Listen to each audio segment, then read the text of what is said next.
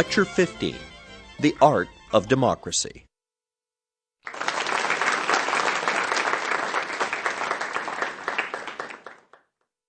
Welcome back to this, our 15th lecture in the series on ancient Greek civilization. And in our last lectures, we've been looking at the phenomenal change that occurred in Greece as a result of the victory of the Greeks over the Persians at the time of the Persian Wars. And I argued in earlier lectures that as a result of these victories, we can see a new spirit, if you will, among the Greeks, and particularly in the city of Athens. A spirit of confidence, which is going to be an important component in the flowering of Greek culture of the classical period. And I've also argued that apart from this spiritual change, if you like, in the Greeks and particularly the Athenians of the 5th century, there was a material change as well. Quite simply, that Athens went from being the victor of the Persian Wars to becoming a centre of a new Aegean empire, called the Delian League because it came into existence as an alliance of Greek states against the Persians, but rapidly transforming itself into an Athenian empire. Now, the culture of the classical period is always, of course, and correctly associated with the democracy. And even though we've first focused on the growth of Athenian power and might as an imperial power, what we really have to do if we're going to understand the culture of classical Greece at all is turn our attention now to the workings of the democracy in Athens in the 5th century. In other words, we want to work out how the democratic system worked in antiquity. And as we go through this, it will be interesting, I think, to keep one eye on the Greeks and one eye on our own notion of what it is that constitutes a democracy. What are the institutions that shape democratic experience? Who is excluded from a democracy and who is included in a democracy? What are the institutions of a society that help to contribute to a democratic spirit? These are the kinds of issues that I'd like to tease out in the lecture today. Well, the easiest way to begin and the logical place is with the organs of government. That is to say, how did the democracy technically function in 5th century Athens? Democracy, of course, means the power of the people, the demos, the rule of the people. And so fundamental to any democracy must be a popular assembly, known to the Greeks as the ecclesia. The ecclesia of Athens was open to all male adult citizens.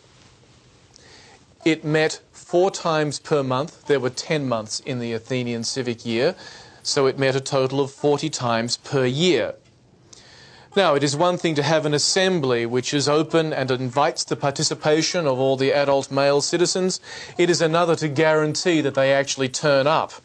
And in order to promote democracy and to encourage people to actively participate, citizens were in fact paid money to attend the assembly, in the 4th century at least. The rate of pay for attending the assembly was 1 drachma per meeting. A single drachma is about equivalent, I won't give you dollar terms because those make no sense, but it's about equivalent to the wage that a skilled labourer would receive for a day's work. So it is a good working wage to actually go along to the assembly. Of these 4 assemblies held each month, one was known as the Kyria Ecclesia, which means the important assembly. And that was the assembly at which the most critical and important affairs were put on the agenda. And of course, payment then for that assembly was at a higher rate. You got 9 obols, which is to say 1.5 drachmas, a very good rate of pay for a single day's attendance. Important decisions of the assembly were voted on by the entire male population present, and after they had been voted on, normally then those decisions would be recorded. One of the temples in Athens, the temple of the mother of the gods, the Metroon, was used as a state archive, and in addition to the perishable forms of records, the papyri, for example, on which these might be recorded, many of them also were then cut onto stone. And a good example of this is the decree outlawing tyranny passed in 336 by the Athenians, an example of which we have on stone engraved in that year. And these inscriptions typically will lay out the year in which the decision was made, the month in which it was made, the group that happens to be serving in office at that particular time. It will name the speaker who proposed the motion. It will then have the full text, the decision of the people, and at the very bottom it will usually contain some stipulation such as, let this be engraved on a stele, a piece of stone, and erected in such and such a place. These were normally put up in prominent parts of the city. These stele with inscriptions might be on the Acropolis, they might be in the Agora, but clearly they were designed to be vivid markers reminding people that the decisions of the assembly were paramount and that the democracy was based on the authority and the decisions of the people. Now, there was an executive board, which I'm going to talk about more in a minute, that actually ran the meetings. You would have anarchy if you didn't have somebody actually controlling the meeting of the assembly. And despite the presence of this executive board, it seems as if sometimes these meetings were, in fact, very close to anarchy. We have an account, for example, in the speeches of Demosthenes, a very good piece of evidence for the meetings of the 4th century. And in one of his speeches, Demosthenes talks about how, at a point some time earlier, his rival, Aeschines, had come forward to address the Athenian populace, the men of Athens in assembly, but the men of the assembly had not been interested in what he had to say. And says Demosthenes, they raised such a clamour that they refused to hear you. And in order to be heard over this assembly of thousands of men, Aeschines was forced to scream at the top of his lungs and ends up, by actually berating his audience, saying, plenty of shouters, but not many soldiers when it comes to the crunch. So it sometimes seemed to me that the assembly, in certain respects, must have been like a cross between Parliament or Congress and the Gong Show, with people being dragged off. It probably is the case, it's certainly the case, that even though every Athenian had the right to address the assembly, in practice, it was, of course, those men who were most skilled at speaking, the class known as the rhetores, the public speakers, who tended to dominate public affairs, particularly in the 4th century, even more than in the 5th century. It's no coincidence, for example, that some of the stories told about Demosthenes, who was regarded as the finest orator that the Greeks ever produced, are stories that talk about him learning how to project his voice. He is supposed to have practiced by walking along the seashore with pebbles stuck in his mouth, practicing his enunciation and his projection so that he could be heard above the waves. Because in a sense he would have to be heard above the waves of thousands of very noisy Athenians in the assembly. Another element that contributed to the very volatile atmosphere in Athenian political life was that the Athenians had an institution which many people think should be part of modern-day politics, and that is ostracism. The Athenians could vote each year, if they decided to expel from Athens a leading citizen, or anyone they chose to, for that matter, for 10 years. But I want to say a few words about ostracism because it's an institution that many people have heard about but don't know much about in detail. A vote would be held, usually around January, in which the Athenians would decide whether they were going to hold an ostracism. If there was not a quorum, if there were not 6,000 votes cast in total, then there simply was no ostracism held that year at all. If, however, they did decide to hold an ostracism, then 2 months later, in around March or April of that year, they would hold a meeting at which every Athenian could come along and simply bring into the assembly a piece of pottery, a sherd, with the name of someone he didn't like engraved on it. These were collected and tallied, and once again, if a total of 6,000 votes had been cast, the vote stood. If less than 6,000 votes had been cast, there was no ostracism. But if 6,000 votes had been cast, then at that point, whoever was the winner, in other words, whoever had the most votes against him, was expelled from the city for 10 years. They did not lose their citizen rights, they did not lose their property, but they could not be resident in Athens and therefore could play no active role in public life. There is a wonderful anecdote told about ostracism which is worth repeating, and that is that early on in the glory days of the Athenian Empire in the 470s and the 460s, one of the leading Athenians was a statesman by the name of Aristides, and he was so upright that he was always referred to as Aristides the Just. Well, apparently an ostracism vote was being held one year in Athens, and as Aristides was entering the assembly, an old man tugged at his sleeve and said, "Would you help me? I need someone to write the name for me." And Aristides asked, "Whose name do you want me to write for you?" And you can guess the answer. The old man said, "Aristides." To which Aristides then raised the question, well, you know, what has Aristides ever done to you that you want to see him expelled? And the old man replied, "Nothing, I'm just sick and tired of hearing his name." That story is actually quite revealing. Oh, I should finish it off, of course, by saying that Aristides went ahead and wrote his name on the ostracon, or sherd, from which we get the name ostracism.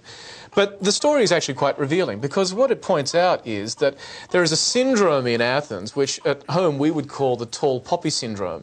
If anyone gets too powerful, it doesn't matter whether he's good or bad, he's just too big for his boots, and so you cut off the tall poppies. And this is what happened to many leading Athenian statesmen. We saw in our last lecture, for example, that Cimon was ostracised. Ostracism is usually associated with Cleisthenes, and it's thought that it was introduced by Cleisthenes, but there's a real problem with this. The first known instance that we have of ostracism is in 488 BC. Cleisthenes' reforms, you might remember from an earlier lecture, were in 508 BC, 20 years earlier. It doesn't make much sense that the Athenians introduced the law on ostracism and then failed to act on it for 20 years. So it's quite possible that really the 480s mark the time that the Athenians first really introduced ostracism and first employed it. And if that is the case, then I think we have a good context for it. It is in the aftermath of Marathon, a fear of a Persian invasion, and it is not coincidental that the first people to be expelled are the relatives of the family of Pisistratus, who are suspected of being pro-Persian. Hippias is leading the Persians back to Athens. The first man expelled in 488 is called Hipparchus, the name of someone from the family of Pisistratus.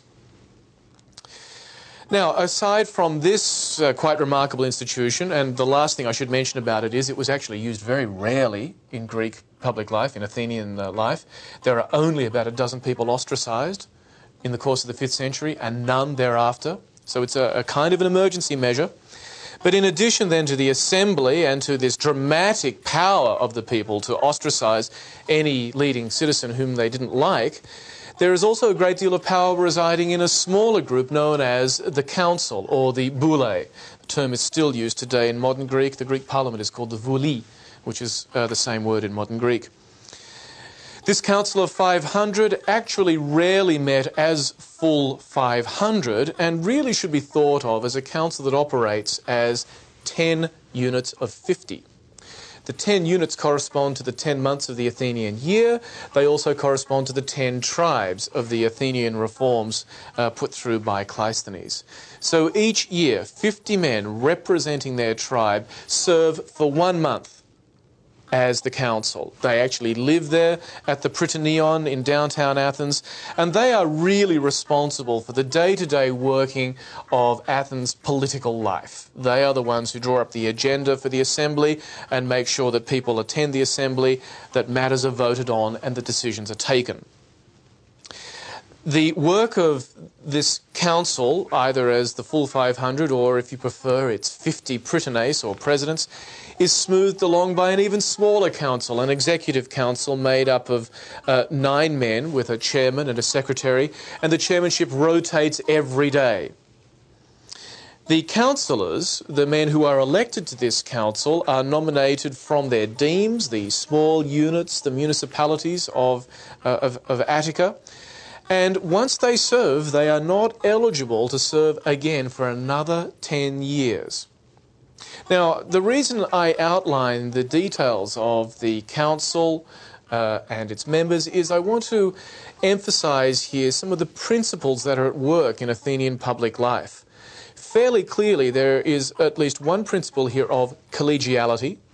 That is to say, no one man has supreme power. He is always matched by a larger group within which he must operate, a team, if you will. There is the idea of rotation, so that power resides with a group of Prytanes only for 1 month and then is passed on to another group and so forth. And then there is the idea of annuality, that you can only serve for 1 year and then you lay down office and someone else holds office. Fairly clearly, I think we can say that there is a profound democratic principle ensconced in this system, with power spread as widely as possible throughout the sectors of Athenian society, incorporating as many people as possible, as many Athenian male citizens. The chances are that any given male citizen will serve at some time in his life on the boule, on the council. Now, in addition to the large assembly and then the council that runs the affairs of the assembly, there are, of course, certain other official positions that are important in the running of the affairs of state. The first of these is the magistrate known as the archon. Archon is simply the Greek word that means ruler. And the archon is important in Athens. One principal reason he's important is that we name the years of the Athenian calendar after the archon. He's called the archon eponymous. He gives his name to that particular year. He has various duties that are important in the democracy. For example, he's responsible for the organising of the major dramatic festivals. Now, these festivals are not put on by the Athenian state, technically, even though they're done on behalf of Athens, but instead individual Athenians actually contract to put on and to pay for the performances that are produced in honour of the god or goddess and witnessed by all of the Athenian citizen population. The men who do this, the producers if you like, are called the choregoi, and it is the archon who appoints them. So he is the city official really in charge of this. He conducts a great many legal investigations, although usually gives no final decision. He's not a judge in that respect. We're going to talk about the courts in a moment, and decisions are made by the juries of Athenian citizens, but the preliminary investigations will be conducted by the archon, particularly, of course, any matters that are going to go to trial that involve the state. He is the representative, if you will, of the Athenian state. And, as such, because he stands for all of Athens, orphans who have no father any longer, but who must be protected by the state as the sort of large family of Athenians, come under the protection of the archon. And this is particularly important in a society where land may be inherited by a young woman, if there are no other male heirs or representatives of the family, and she is not supposed to have control of property and therefore must be quickly married to someone else so that the property will stay in the family. Now, these legal disputes crop up time and again in Athenian law, and it is the archon who represents the orphan and tries to adjudicate these matters so that the family interests and the orphan's interests are protected. The second major official is also known as an archon, but he is usually referred to as the archon basileus, which means technically the king archon. And his power, interestingly, is primarily in the sphere of religious affairs.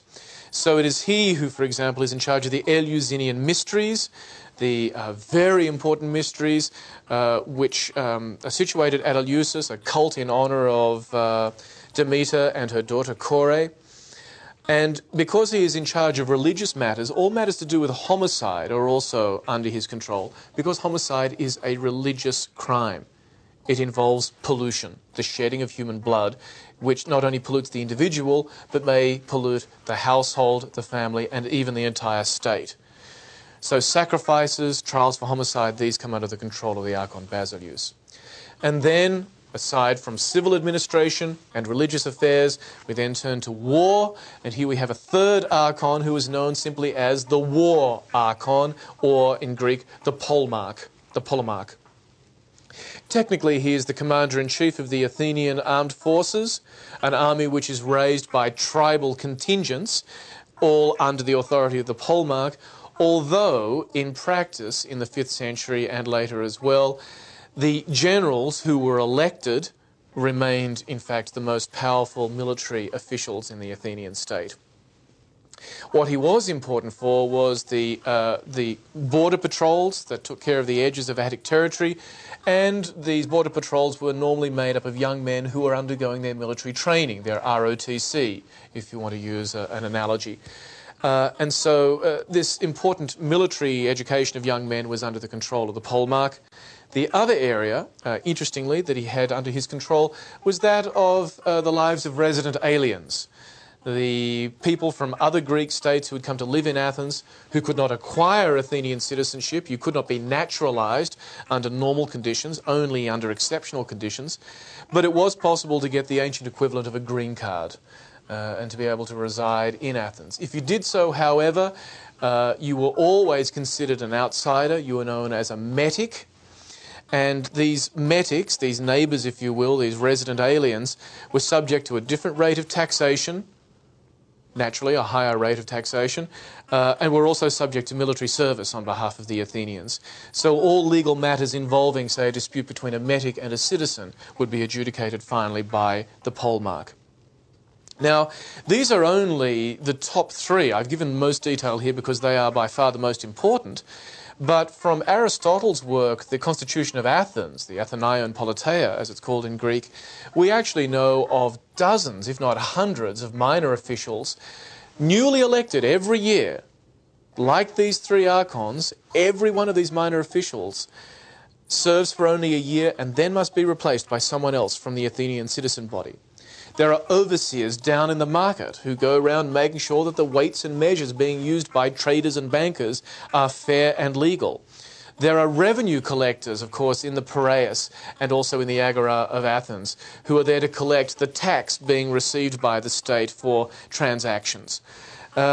There are officials in charge of public contracts. The land of Athens, where there were rich silver veins, would be worked by people who contracted to the state to do it and to pay them a certain amount. These contracts had to be managed by state officials. And all of these are chosen by lot, elected from the whole citizen body for 1 year. So again, these same principles, collegiality, rotation, annuality, built into every level of the bureaucracy of ancient Athens.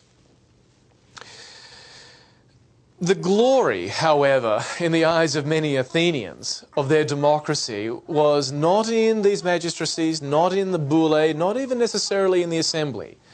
In the popular mind of the 5th century Athenians, the glory of their democracy lay in the law courts. These law courts were under the control of 6 judges, the thesmothetai, as they were called by the Athenians. But these judges, unlike judges in our system, certainly unlike judges, say, on the Supreme Court, exercised very little direct power. They were essentially there to administer the day-to-day running of the court and to make sure that a proper judicial procedure was followed. But all final power of decision-making lay with the juries. Now, when I say jury, what may spring into your head is a film like 12 Angry Men. You may have served on a jury and been impaneled with 11 other people. The Athenians would laugh at you. The idea of a jury of 12 people is ludicrous. For them, the smallest jury was 501, and that's for minor private cases. More important public cases involving, say, peculation by a public official would be judged by a panel of 1,001 jurors.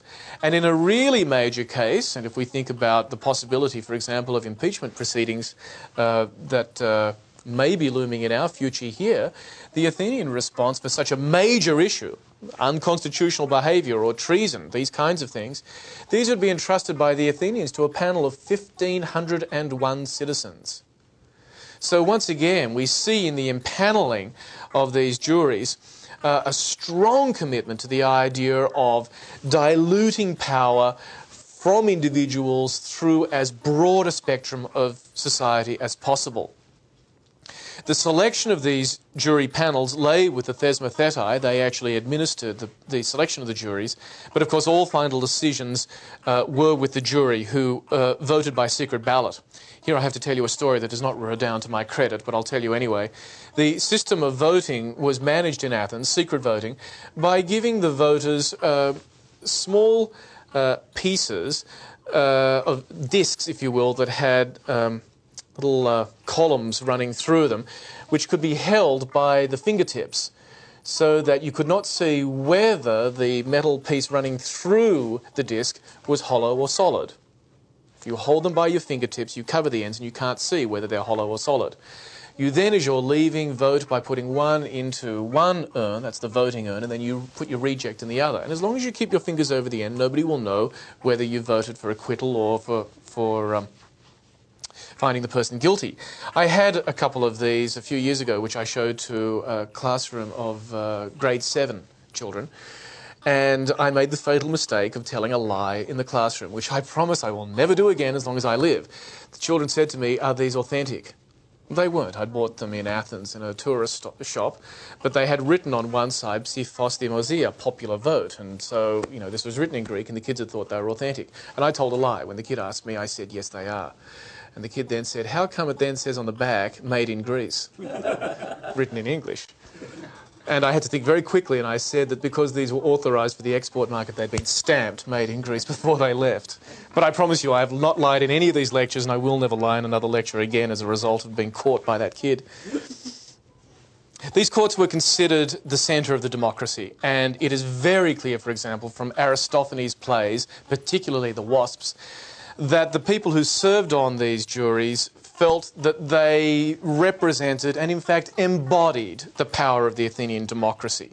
Now, in fact, they were actually paid a very small stipend, only 3 obols a day. That's only half the amount that a skilled worker could get.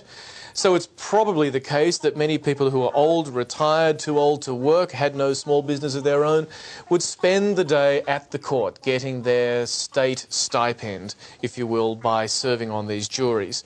But they were very proud of this, and this remained central to the Athenian conception of their democracy throughout their history. There were a number of other political institutions in Athens that reinforced the democratic spirit. The democratic spirit was not separate from the rest of an individual's social life, and instead the democracy and the public life was only one expression of this greater democratic feeling. For example, the military organisation of Athens mimicked the same tribal assemblies of the political life, so that the military regiments were raised on a tribal basis. And in the theatre, men tended to sit with their tribal brothers as well, so that in politics, at the theatre, on campaign in the army, the same units of social life and organisation are being repeated again and again. Together, what these units do, these institutions, the army, the democracy and so forth, what they do is they reinforce the notion of the exclusivity of the Athenian democracy. If you're in that club, then you're at the assembly with your friends, and you're in the army with your friends, and you're at the theatre with your friends. Now, a great many people, in pointing out this aspect of the Athenian democracy in recent years, have argued that this kind of exclusivity can only exist if there are a number of people who, by definition, are not part of the club. Women are not in the club. They can't be voting citizens. Slaves certainly cannot be. And there are a great many allies outside of Athens who make this possible, and there are a great many foreigners living in Athens, metics, who make it possible. And so there has been a tendency in recent years to emphasise the exclusivity of the Athenian democracy and to play it down, as it were, as a kind of club. I think that it's very important, if we're going to try to sum up the Athenian democracy, to try to work out what we think about it, that we should follow the advice of George Bernard Shaw, who once said that every man deserves to be judged in the context of his own times. And I put it to you, if we're going to judge the Athenian democracy, let's judge it in the context of its times. What shall we compare it to? To Sparta, where the exclusive group of homoioi, Spartiate citizens at the top of society, was even smaller than this? To Persia, where authority finally lay in the hands of a single all-powerful Achaemenid king whose authority was confirmed by Ahura Mazda, to Macedon, where local barons vied for power with each other over their mountain clans. I think that it is a little unfair to castigate the Athenians for having a democracy that did not embrace every human being living in Athenian society.